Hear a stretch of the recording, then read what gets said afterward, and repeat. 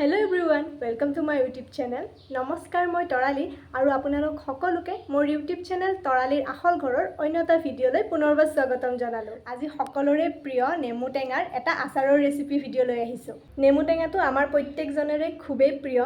আমি প্ৰত্যেক সাজ ভাতৰ লগতে নেমু টেঙা খাওঁৱে, লগতে ইয়াৰ চৰবত বনাইও খাওঁ। তাৰ কাৰণে ভাবিলো আচাৰ এটা বনাও আৰু আপোনালোকৰ লগত এই ৰেচিপিটো শেয়াৰ কৰো। আপোনালোকে শেষলৈ ভিডিঅটো চাব আৰু এনে ধৰণে আগতে কোনোবাই বনাই পাইছে নে নাই কমেন্ট এটা কৰি জনাব আৰু যোনে বনাই পোৱা নাই তো আপোনালোকে এতিয়া বনাব আৰু ভিডিঅটো চাই পেলাই। তেনেহলে আহক বেছি দেৰি নকৰি ভিডিঅটোৰ ফালে আগবাঢ়ো। আৰু এয়া মই লৈছো তিনিটা সমান সাইজৰ নেমু। আপোনালোকে যিমানখিনি আচাৰ বনাব বিচাৰে সেই অনুমানত আপোনালোকে নেমু ল'ব। আৰু এই আচাৰবিধ বনাবলৈ মই কেঁচা নেমু ব্যৱহাৰ কৰা নাই। এয়া আপোনালোকে দেখিছেই নেমু কেইটা পকিবলৈ আৰম্ভ কৰিছে আৰু তেতিয়াতে মই এয়া আচাৰ বনাবৰ বাবে এই নেমু কেইটা ব্যৱহাৰ কৰিছো। নেমু টেঙা কেইটা ভালদৰে ধুই শুকাই ল'ব যাতে এই নেমু টেঙা কেইটাত পানী লাগি নাথাকে, হেয়া মন কৰিব।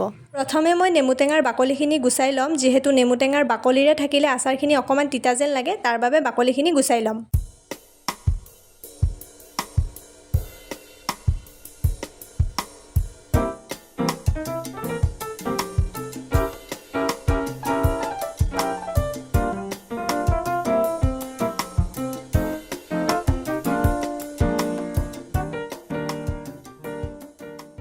নেমু টেঙা কেইটাৰ বাকলিখিনি গুচাই লৈ এতিয়া মই এটা বাটিত নেমু টেঙাখিনি ভালদৰে কাটি ল'ম আৰু ইয়াৰ সাইজটো আপোনালোকে আপোনালোকৰ হিচাপত দিব পাৰে। মই বহুত বেছি ডাঙৰ ভাল নাপাওঁ, তাৰ বাবে সৰু সৰুকৈ কাটি ল'ম।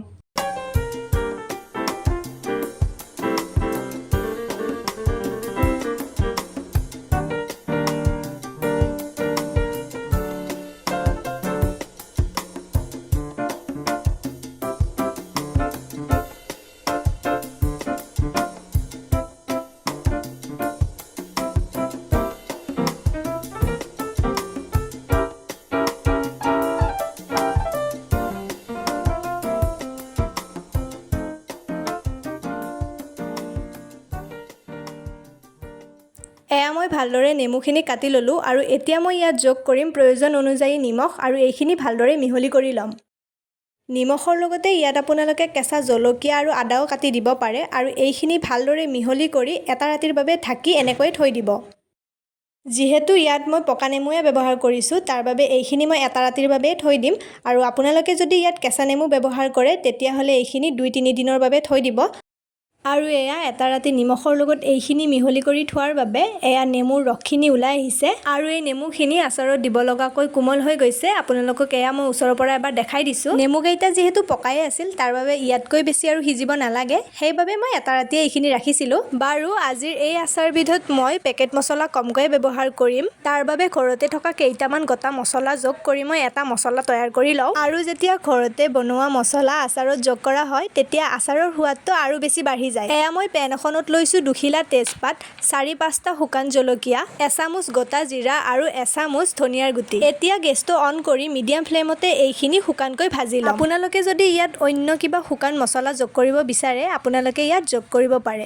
আৰু এতিয়া মই ইয়াত যোগ কৰিছোঁ অকমান সৰিয়হ। সৰিয়হখিনি যিহেতু সোনকালেই ফুটিব ধৰে, তাৰ বাবে সৰিয়হখিনি একেবাৰে শেষত যোগ কৰিব আৰু এই মছলাখিনি একেবাৰে শুকানকৈ ভাজিব। ইয়াত কোনো ধৰণৰ তেলৰ ব্যৱহাৰ নকৰিব। 2-3 মিনিট সময় ভালদৰে ভজাৰ পিছত এই মছলাখিনিৰ পৰা এটা ভাল গোন্ধ ওলাব আৰু তেতিয়া এইখিনি ভজা বন্ধ কৰিব। এইখিনি অকমান সময় ঠাণ্ডা হোৱাৰ পিছত মিক্সি জাৰ এটাত ভালদৰে পিচি ল'ব। এতিয়া মই একেখন পেনতে অকমান মিঠাতেল দি এইখিনি অকমান সময় গৰম হ'বলৈ থৈ দিম। ভালদৰে গৰম হোৱাৰ পিছত গেছটো অফ কৰি এই তেলখিনি ঠাণ্ডা হ'বলৈ এনেদৰে এৰি দিম। এইফালে মোৰ মছলাখিনিও ৰেডি হৈ গ'ল আৰু মন কৰিব এই মছলাখিনি মই বহুত বেছি মিহি হোৱাকৈ পিচি লোৱা নাই। আচাৰত দিয়া মছলাখিনি এনেকুৱা হৈ থাকিলে খাই ভাল লাগে। এতিয়া নেমুখিনি লৈ লৈছোঁ আৰু পিচি ৰখা মছলাখিনি অলপ অলপকৈ ইয়াত যোগ কৰি যাম। এতিয়া ইয়াত মিঠাতেলখিনিও ঢালি দিম আৰু এই মিঠাতেলখিনি একেবাৰে ঠাণ্ডা হ'বলৈ নিদিব, অকমান হাতে চুব পৰাকৈ গৰম হৈ থাকিলে ইয়াত ঢালি দিব। তাৰ পিছতে ইয়াত যোগ কৰিব এচামুচ হালধি আৰু এচামুচ ৰেড চিলি পাউডাৰ আৰু কোমল হাতেৰে এইখিনি এতিয়া ভালদৰে মিহলি কৰি দিব। ইয়াত মই অকমান কলা নিমখো যোগ কৰিছিলোঁ, কিন্তু ভিডিঅ' কৰিবহে পাহৰি থাকিলোঁ। তাৰ বাবে আপোনালোকেও ইয়াত অকমান কলা নিমখ যোগ কৰিব, তেতিয়া এই আচাৰবিধৰ সোৱাদটো আৰু বেছি বাঢ়ি যাব। এই আচাৰবিধ বনাবলৈ মই অতি কমকৈ মিঠাতেল ব্যৱহাৰ কৰিছোঁ। তাৰ বাবে এয়া মই আকৌ লৈছোঁ এটা কাজি নেমুৰ ৰস। এইখিনি এতিয়া এই আচাৰখিনিত যোগ কৰি দিম। আপোনালোকে যদি এক্সট্ৰাকৈ নেমুৰ ৰস দিব নিবিচাৰে তেতিয়াহ'লে মিঠাতেল অকমান বেছিকৈ দি দিলে হৈ যাব। এতিয়া এইখিনি ভালদৰে মিহলি কৰি ল'লোঁ আৰু এয়া আমাৰ আচাৰ ৰেডি হৈ গ'ল। 2-3 দিন আপোনালোকে এইখিনি ৰ'দত দিব, তাৰে পিছত ভাত নাইবা ৰুটিৰ লগত খাবলৈ পৰিৱেশন কৰিব। আৰু এয়াই আছিল কাজি নেমুৰ আচাৰৰ ৰেচিপিটো। আশা কৰিছোঁ এই ভিডিঅ'টো চাই আপোনালোকে ভাল পাব। আৰু যদি ভাল পাইছে লাইক কৰিব, কমেণ্ট কৰিব, লগতে আপোনালোকৰ ফেমিলি আৰু ফ্ৰেণ্ডছৰ মাজত ভিডিঅ'টো শ্বেয়াৰ কৰিব। আৰু যিসকলে এতিয়ালৈ মোৰ চেনেলটো ছাবস্ক্ৰাইব কৰা নাই, প্লিজ ছাবস্ক্ৰাইব কৰি ল'ব। আকৌ এটা নতুন ভিডিঅ'ৰ সৈতে আপোনালোক সকলোকে অতি সোনকালে লগ পাম। আৰু এই ভিডিঅ'টো শেষলৈ চোৱাৰ বাবে আপোনালোক সকলোকে ধন্যবাদ জনালোঁ।